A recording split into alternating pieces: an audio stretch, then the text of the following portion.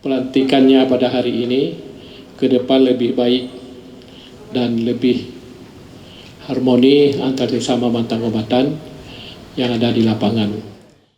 Gubernur Aceh Muzakir Manaf secara resmi melantik Jamaluddin SH.MKN sebagai Ketua Badan Reintegrasi Aceh periode 2025-2030. Prosesi pengambilan sumpah dan pelantikan jabatan berlangsung khidmat di Restoran Pendopo Gubernur Aceh, Senin 24 November 2025. Dalam sambutannya, Mualim menyampaikan bahwa agenda ini merupakan momentum penting bagi keberlanjutan tugas dan peran Badan Reintegrasi Aceh dalam menjaga perdamaian Aceh yang telah terbangun.